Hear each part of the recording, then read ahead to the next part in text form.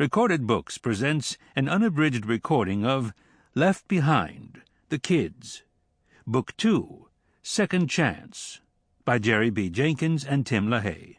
Narrated by Scott Shina. Chapter 1. New Hope. Judd Thompson, Jr. had always sized up situations quickly.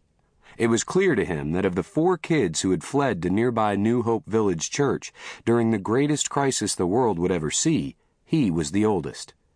The redhead, the only girl, had a hard, bitter edge to her. But still, if Judd had to guess, he would have said she was younger than he was. What did he care? How could he ever care about anything anymore? The end of the world, at least the world as he knew it, had come. Millions all over the world had disappeared right out of their clothes, leaving everything but flesh and bone behind. It wasn't that Judd didn't know what had happened. He knew all too well. As he had heard in church and Sunday school and at home his whole life, Jesus Christ had come back to rapture his church, and Judd had been left behind. He even knew why. It didn't take the earnest visitation pastor of New Hope Village Church, Bruce Barnes, to explain that. Of all things, Pastor Barnes himself had been left behind. Bruce Barnes had spent the last several minutes telling Judd and the 3 other shell-shocked kids his own story.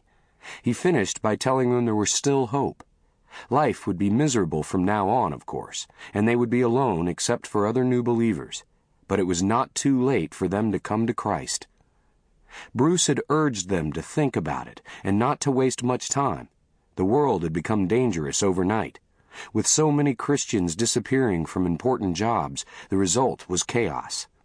No one had any guarantees. Life was fragile.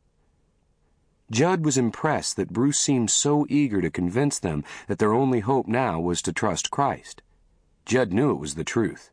He had to face himself, and he didn't like what he saw. His whole look, the way he carried himself, the me-first attitude, the secret that he had never really become a Christian, all those things sickened him now. Why had he wanted to appear so old? Why was it so important to him to know where he fit in every crowd? Everything that ever mattered to him now seemed ridiculous. He had been a tough guy, a big shot, the one with all the plans and schemes. He had stolen his dad's credit card and bought phony identification papers that said he was old enough to travel on his own. Yeah, Judd thought, I was a real player. But though Judd had come to some hard realizations about himself, he still had a major...